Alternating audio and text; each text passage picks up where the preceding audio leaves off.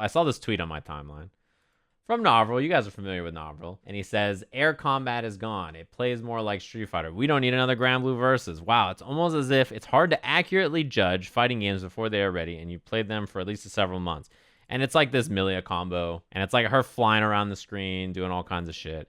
And so it's saying like, hey, you fucking morons, you all thought Guilty Gear was going to not have these air combos or whatever. You can't say for sure how a game is going to be when it's coming out, right? Like you see Guilty Gear's coming out. The developers tell you, hey, the game's going to be simplified. There's going to be less focus on air combos. There's going to be less focus on Oki.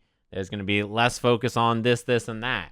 And so people are like, oh God, if that's true, those are things that I want in Guilty Gear. I'm really worried about that. Pretty scary. All these characters don't have air combos. They don't have Gatlings that look cool. Oh man. Then it turns out 7 months later or whatever, after we saw the game, it turns out that some of these things exist in some capacity, not to the same level that they existed in other Guilty Gears. But I understand it. I think that it's a little silly to be like, you know, why didn't you guys believe the whole time? Because let's be honest, they came out and they're like, hey guys, hope you guys don't like air combos and Gatlings and Oki.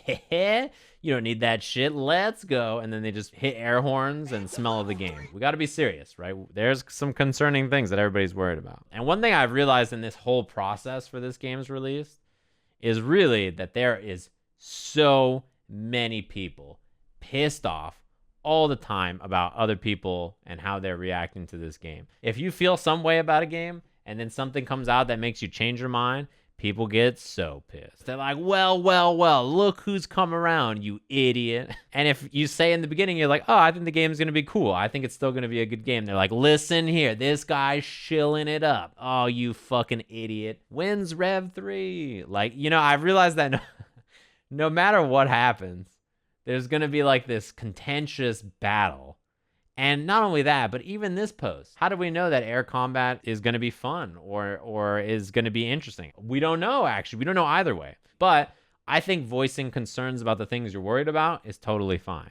I also think saying things like, I don't think it's going to be that bad, I actually am excited for this, is also totally fine. You don't actually know how this is going to work out. Even more interesting, someone brought up the Speedquicks tweet that I was going to bring up. As a casual observer, this reminds me a lot of the movement isn't bad because JDCR just sidestepped the move counter to Tekken 7's pre-release analysis. Oh yeah, well, JDCR sidestepped something, sure, some random move. What does that have to do with the rest of the movement being massively nerfed? Milia is doing air combos, right? Look at that sick air combo.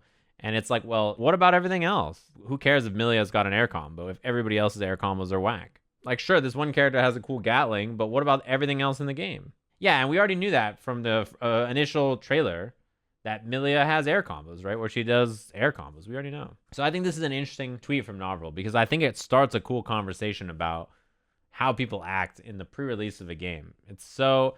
people have concerns, right? And they should have concerns if, you know, the game is coming out and it looks like it's not something they want to play. I understand it. And on the topic of developers reacting to people's responses and stuff, I mean, we don't know how much they're reacting or not reacting, but I mean, they were like, hey, because people yelled about rollback so fucking much, we added it to Strive. So who knows what the amount of vocal responses have an effect on them. In some cases, it clearly doesn't matter.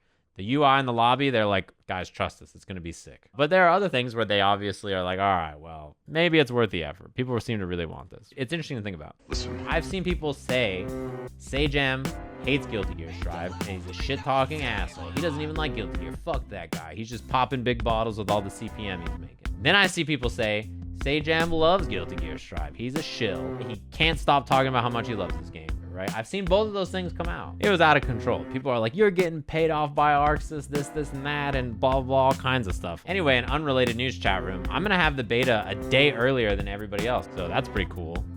In unrelated news, I love Guilty Gear Strive. I can't wait to play it. Always been a big fan. Woo, woo.